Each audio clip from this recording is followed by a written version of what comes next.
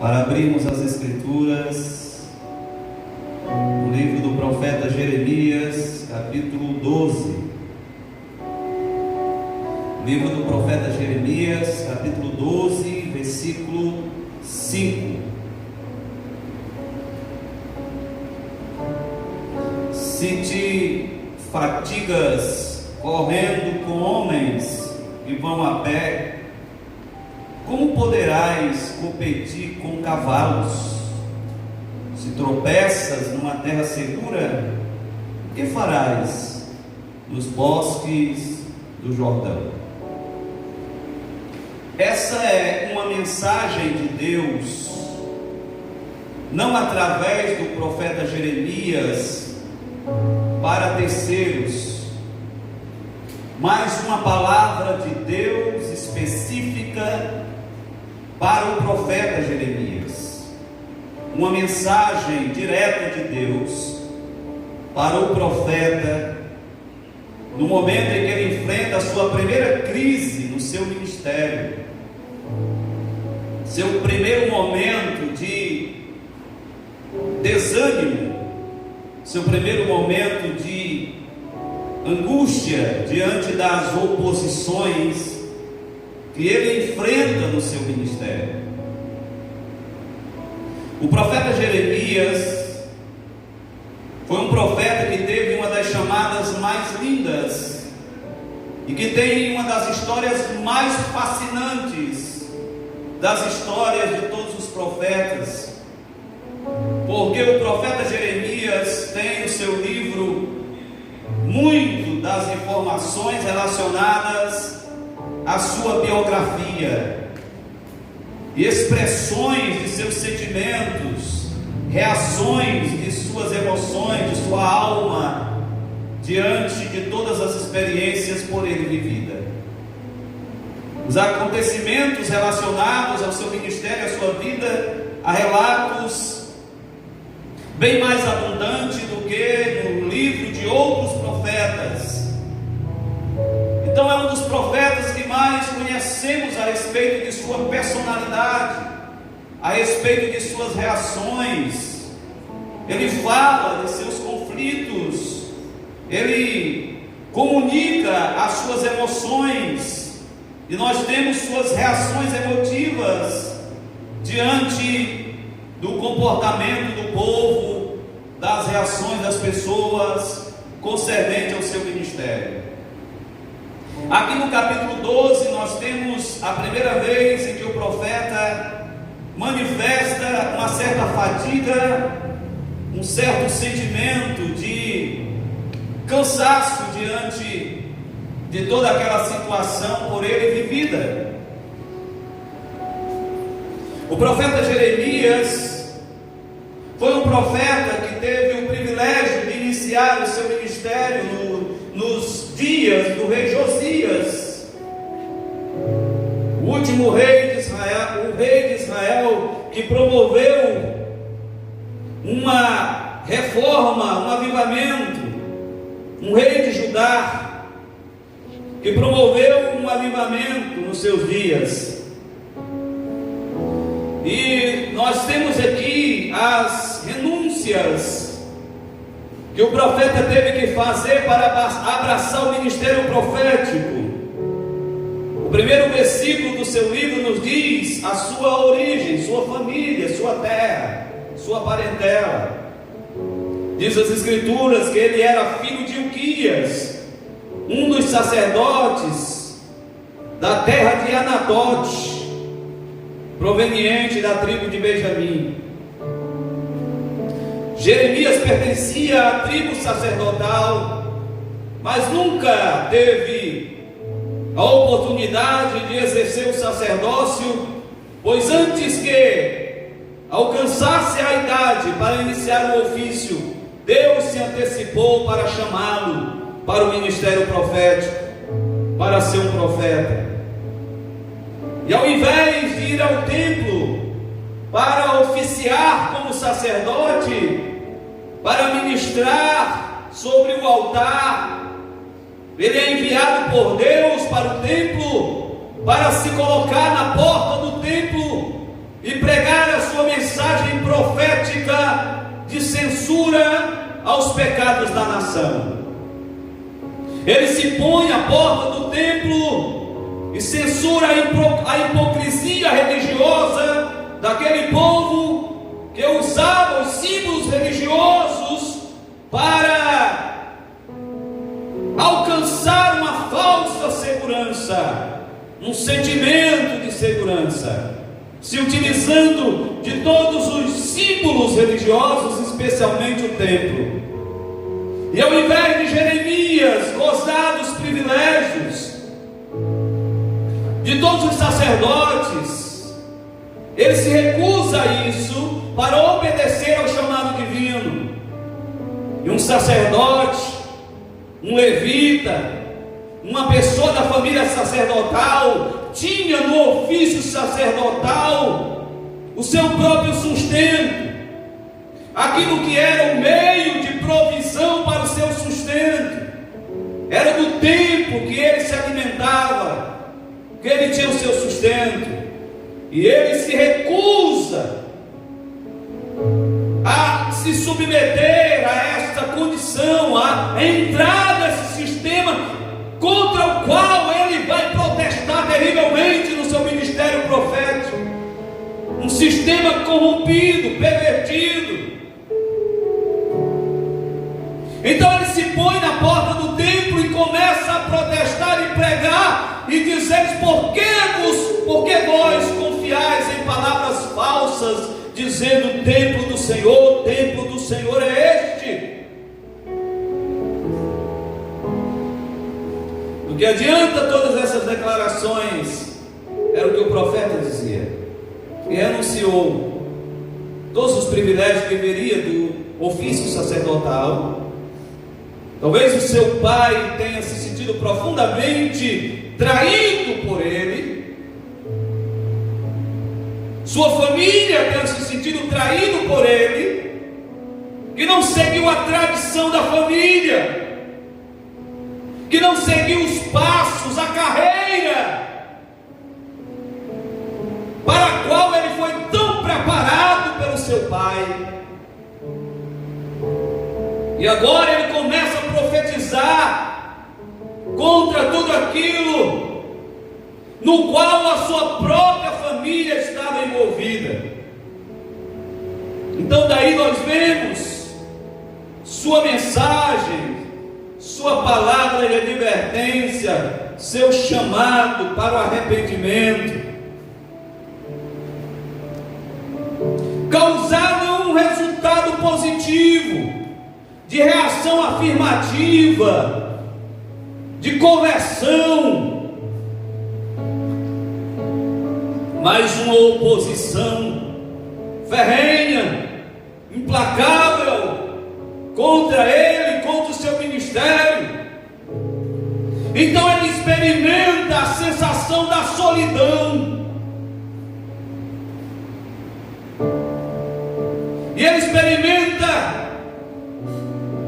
as emoções perturbadoras de pregar e não ver as pessoas reagirem de forma positiva à sua pregação. Daí ele vem a dizer: oh, se eu pudesse consolar-me na minha tristeza, o meu coração desfalece dentro de mim. Eis o clamor da filha do meu povo de terra muito remota. Não está o Senhor em Sião, não está nela o seu rei. Por que me provocar a ira com as suas imagens de escultura, com vaidades estranhas? Passou a cega, findou o verão, e nós não estamos salvos. Eu estou quebrantado pela ferida do meu povo. Não há bálsamo em Gileade, não há lá médico. Porque, pois, não se realizou a cura da filha do meu povo? Oxalá a minha cabeça se tornasse um manancial de água e os meus olhos uma fonte de lágrimas. É o profeta em uma angústia profunda por conta da indiferença do seu povo diante da sua mensagem. O lamento dele é o lamento que o povo estava desperdiçando uma das oportunidades tão grandiosas de Deus. passou a ser, findou o verão e nós não estamos salvos. Essa é a reação do povo, dos estranhos, daqueles contra os quais ele falava. Mas aqui no capítulo 11 nós temos uma oposição que fere o coração do profeta profundamente, que o deixa machucado profundamente. Jeremias tem 3 crises que se descreve no capítulo 12, capítulo 15 e capítulo 20. 3 crises, cada uma delas seguida de uma experiência difícil, seguida de um momento de oposição e perseguição. E essa primeira crise, ele sofre aqui essa experiência da não reação positiva do povo. E a segunda coisa, que mais dolorosa e mais difícil para ele, é a oposição da sua própria família, dos seus familiares. Ele diz aqui no versículo 18: porque o Senhor me faz saber a sua conspiração, eu soube, pois nesse dia me fez ver as suas ações. Eu era como um manso cordeiro que leva a matança. Não sabia que tramavam projetos contra mim, dizendo: destruamos a árvore com seu fruto, cortemo-lhe da terra dos viventes, para que não haja mais memória do seu nome. Mas o Senhor dos Exércitos, que julgas com retidão e provas a mente e o coração, vejas eu a tua vingança sobre eles, pois a ti descobri a minha causa. Ele disse: eu era inocente, na minha inocência eu ia e pregava e anunciava para eles, sem saber que eu era apenas como um cordeiro manso no meio de fera, tentando devorar a minha vida, enquanto eu anunciava, enquanto eu pregava e insistia com eles para que eles se convertessem. Eu era um cordeiro tão inocente andando entre eles, sem saber que eles conspiravam e tramavam contra a minha própria vida. E Jeremias, sem saber, Deus disse para ele assim: Jeremias, até os teus irmãos e a casa do teu pai, eles próprios te traíram, eles mesmos clamam após ti em altas vozes, não confieis neles, ainda que te digam coisas boas. Olha, a chamada eloquente de Deus para Jeremias, que está no capítulo 1, versículo 5, e todas as advertências, afirmações e previsões que Deus fez com relação às dificuldades que ele enfrentaria no ministério, não o preparou para este momento. Deus disse: eu te coloco hoje contra todos, eles pelejarão contra ti, eles estarão contra ti, mas eu te coloco como uma coluna de ferro, como um muro de bronze, como uma cidade fortificada. Deus estava dizendo para ele: eu serei a tua fortaleza.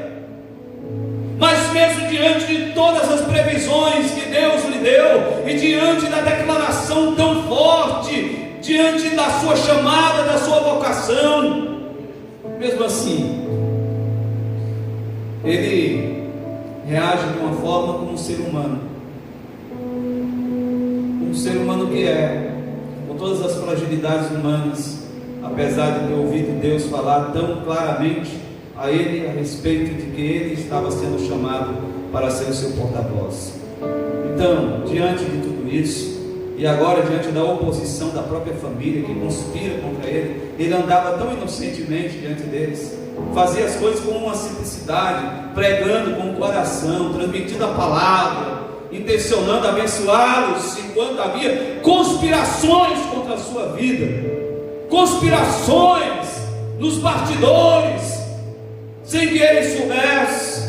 E agora ele começa a tomar conhecimento dessa realidade dura, dessa realidade difícil, da maldade, da malignidade, da perversidade das pessoas, de como as pessoas podem chegar a um nível de maldade tão grande. E ele diz: eu era como um cordeiro manso no meio de toda essa ferocidade. E diante disso ele sente-se fadigado, Então daí Deus fala com ele e diz assim: se te fadigas correndo com homens que vão a pé, como poderás competir com cavalos? Se tropeças numa terra segura, o que farás nos bosques? Essa é a primeira crise. A segunda crise é a crise do capítulo 15, que vem após um intenso trabalho de intercessão feito pelo profeta.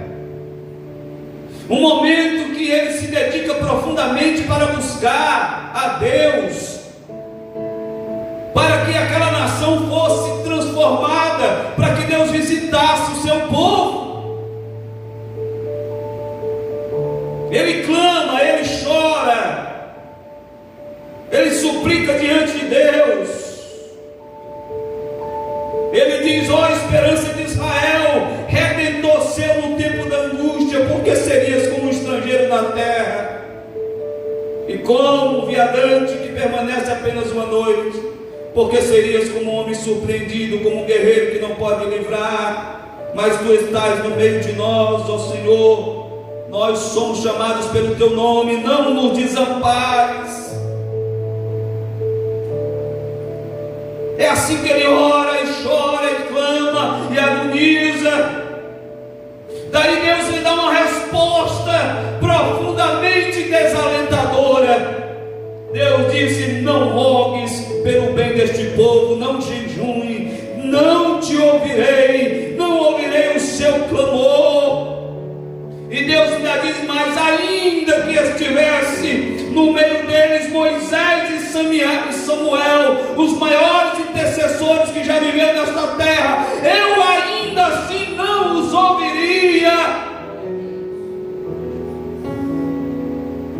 Então ele agora se sente assim: então de que vale o meu ministério, Senhor? E é assim que ele pensa. Se o próprio Deus agora se opõe a ele, no que ele quer, no que ele deseja, que ele queria pregar e ver o avivamento acontecer, ele queria pregar e ver aquela nação se jogar aos pés do Senhor, mas não é isso que está acontecendo. Então ele chega no capítulo 15 e começa a dizer como é que aconteceu na sua vida. Eis achado as tuas palavras, Senhor, quando eu me encontrei contigo, tu começaste a falar comigo, quando tu começaste a colocar palavras dentro de mim, eu achado as tuas palavras, logo as comi, e elas foram gozo e alegria no meu coração. Eu me enchi de expectativas, pois pelo teu nome me chamam, ó Senhor dos exércitos. Mas à medida que a palavra foi crescendo dentro de mim, eu percebi que mais sozinho eu ia ficando. E ele disse assim: nunca me assentei na roda dos que se alegram, nem com eles me regozijei, por causa da tua mão me assentei solitário, pois que me encheste de indignação. E aí ele diz: porque dura continuamente a minha dor e a minha ferida, ela é dolorosa e incurável. Serias tu para mim como um ilusório ribeiro, com águas inconstantes? Deus, será que eu fiquei iludido mesmo? Quando o Senhor me chamou, o Senhor disse que eu estava abraçando o manancial da vida.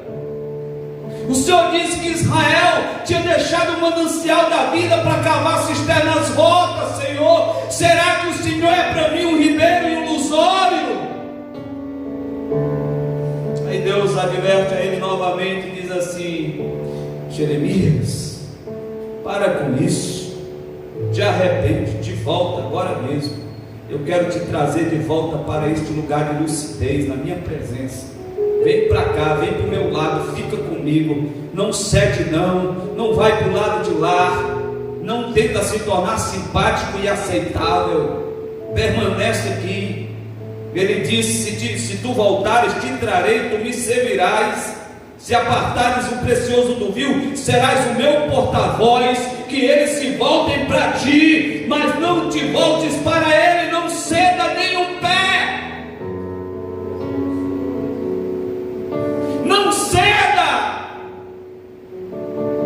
Não ceda à pressão que estão tentando exercer sobre você. Não arrede o pé da sua firmeza. Fica aqui comigo, vem, volta, fica fique sozinho. Sozinho você não está, eu estou com você. Essa é a palavra de Deus para ele. Aleluias. E ele diz: você não sabia que quando eu lhe chamei, eu disse que ia colocar você contra este povo? Versículo 20 do capítulo 15, ele diz: eu te porei contra este povo. E repete a chamada: como forte muro de bronze, pelejarão contra ti, mas não prevalecerão contra ti. Eu sou contigo para te guardar, para te livrar deles, diz o Senhor. Deus reaviva a chamada no coração dele. Deus relembra ele como tudo começou. Você se lembra que eu disse que seria assim, mas que também disse que seria com você, e ninguém tocaria em você. Não para executar todo o intento, porque ele sofreu bofetadas, ele sofreu ataques cruéis, foi encerrado no pátio, foi jogado numa cisterna. Mas diante de tudo isso, ele sabia que a chamada de Deus permanecia firme no seu coração. Qual é a resposta de Jeremias para essa palavra de Deus que disse para ele assim: se você já está cansado caminhando com os homens que vão a pé, como é que vai ser quando você correr com aqueles que vão a cavalo? Deus estava dizendo: eu chamei você para uma vida de excelência. Eu não chamei você para caminhar com os demais. Eu não chamei você para permanecer na mediocridade. Eu chamei você para uma vida de excelência, para você competir com os que vão correndo a cavalo. E a minha presença na sua vida lhe dá a possibilidade de você competir com aquilo que parece ser totalmente irracional e ilógico. Como um homem a pé pode correr com gente que vai a cavalo? Na força de Deus, no poder que Deus dá. E Deus estava dizendo para ele: eu não me chamei para mediocridade, eu me chamei para excelência. Não é hora de se cansar, não é hora de se render, não é hora de desistir, não é hora de voltar atrás. Se anime! E qual é a resposta dele? Não é em palavras, não é em declarações, como muitos fazem grandes votos e declarações diante de Deus tantas vezes, em que são sensibilizados. A resposta de Jeremias está na sua perseverança. Ele continua, mesmo diante de todos os seus conflitos, ele continua. A palavra continua dizendo assim: e veio ao Senhor, e veio a Jeremias a palavra do Senhor, a continuidade naquilo que ele vem fazendo para Deus, apesar de todos os seus conflitos. Então, ele não para, ele continua. E quando ele chega aqui no capítulo 20, ele sofre a oposição de Pazur, o sacerdote, o presidente da casa de Deus, que deveria ser, se Jeremias tivesse seguido o curso natural das coisas, se ele tivesse seguido o processo normal da sua vida, ele seria um companheiro daquele sacerdote, ele seria um parceiro, eles deveriam serem colegas de ministério. Mas Jeremias não é colega de ministério de ninguém, ele está só. E aquele que deveria ser um colega de ministério lhe dá uma bofetada na cara. É assim que ele faz. Aleluia. Lhe dá uma bofetada na cara, e o prende, e o persegue, e tenta acabar com aquilo que Deus quis fazer na vida dele e através dele. Então ele chega de novo e disse: Senhor, o que está acontecendo? Iludiste-me, fiquei iludido, mais forte do que eu, Senhor. O Senhor não deixa nem eu desistir, nem desistir eu posso, porque o Senhor é mais forte do que eu. Nem desistir eu consigo, o Senhor prevalece comigo. Ele diz assim: se eu disser, quando eu digo assim, eu não vou falar mais, e um fogo se acende dentro de mim, eu não consigo contê-lo, tu és mais forte do que eu. E ele continua, porque esse é um dos profetas que tem um dos ministérios mais grandiosos, porque viu as suas profecias se cumprirem no seu tempo. Então ele corre com os cavalos, ele não se fadiga com os homens, simplesmente ele caminha para a excelência, para a excelência. E observe uma coisa: quando a gente termina de ler o livro do profeta Jeremias e lê alguns relatos da sua vida no livro de 2 Crônicas, você vai perceber uma coisa interessante: é que se ele não é honrado dentro da sua família, se ele não é honrado na sua nação, se ele não é honrado por aqueles que são os seus concidadãos, ele é honrado pelo próprio Nabucodonosor.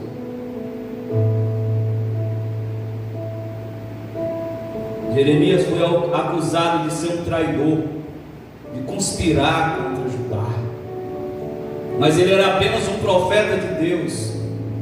Ele era apenas um profeta ministrando aquilo que Deus ordenara. Era apenas alguém ministrando para as pessoas. Então Nabucodonosor, quando foi mandar invadir Jerusalém, fez menção do profeta Jeremias: ó, não toque nele, dê a ele a permissão dele ir para onde ele quiser. É um homem que teve um ministério de excelência, porque foi capaz de correr a carreira que o Senhor Deus propôs para ele. Não é que ele não enfrentasse crises e dificuldades, lutas vieram, mas ele prosseguiu. Ele decidiu correr com os cavalos e decidiu correr a carreira que Deus propôs. Eu não sei como é que você está vivendo esses últimos dias, se tem batido desânimo, um certo sentimento de desistência. Deus está dizendo para você: eu chamei você não para se fadigar, mas para correr, e correr com perseverança aquilo que o Senhor tem para a sua vida. Você já fez algumas renúncias pela sua vida de fé, aleluia. Deus já sabe e vê tudo isso. Continue firme, não desista, não desista. Vamos louvar o Senhor. Glória a Deus. Bendito seja Deus.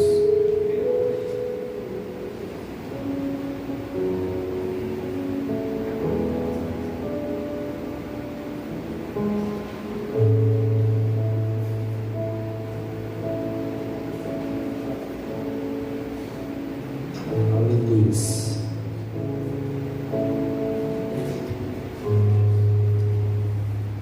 Deus seja louvado, bendito seja o nome.